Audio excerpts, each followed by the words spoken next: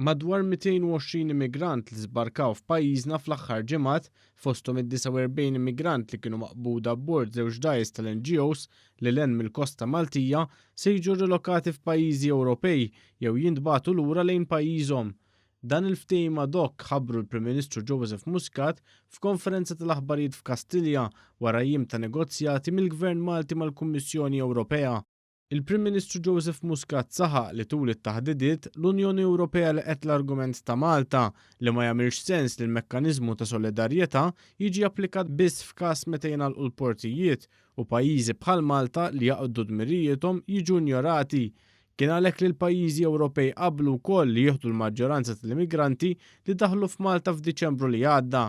Out of the 249 that landed in Malta in the past days, and the 49 migrants on board the NGO vessels, around 220 persons will be relocated in all to other member states or will be returned to their country of origin. We welcome this show of solidarity and understanding that Malta is going beyond what is required of us. Dr. Muscat saħaq li fil-kwistjoni tad-49 immigrant maqbuda b'bord iż-żewġ dgħajjes tal-għaqdiet mhux governattivi pajjiżna reġan talab jerfa' r-responsabbiltà li tmur lil hinn mill-kompetenza tiegħu. Spjega kif pajjiżna ma kellux ir-responsabbiltà legali għat-tfittxija u s-salvataġġ ta' dawn iż-żewġ każijiet. The European Commission agreed that Malta has no legal search and rescue responsibilities when it comes to these cases. And given this point of principle, we followed the intervention that the European Commission undertook and which resulted in 8 member states agreeing to accept all the 49 migrants currently on board the Sea-Watch 3 and the Albert Peck.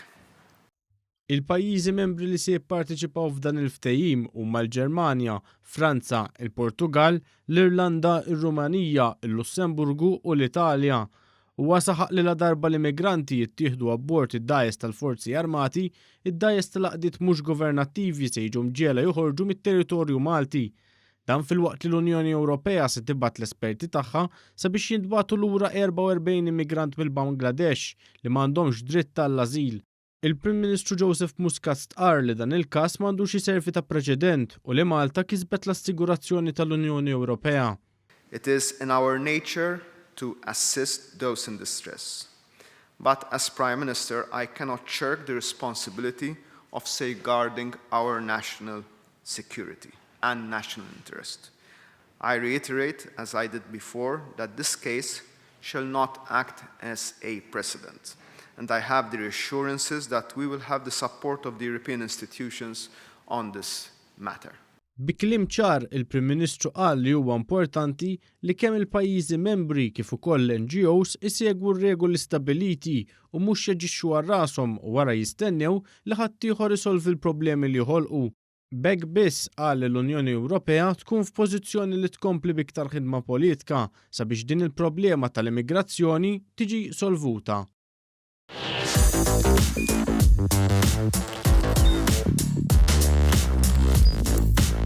Idħol fuq one.com.mt u hemmhekk tista' tara l-programmi kollha li jxandru fuq One permezz ta' One Play.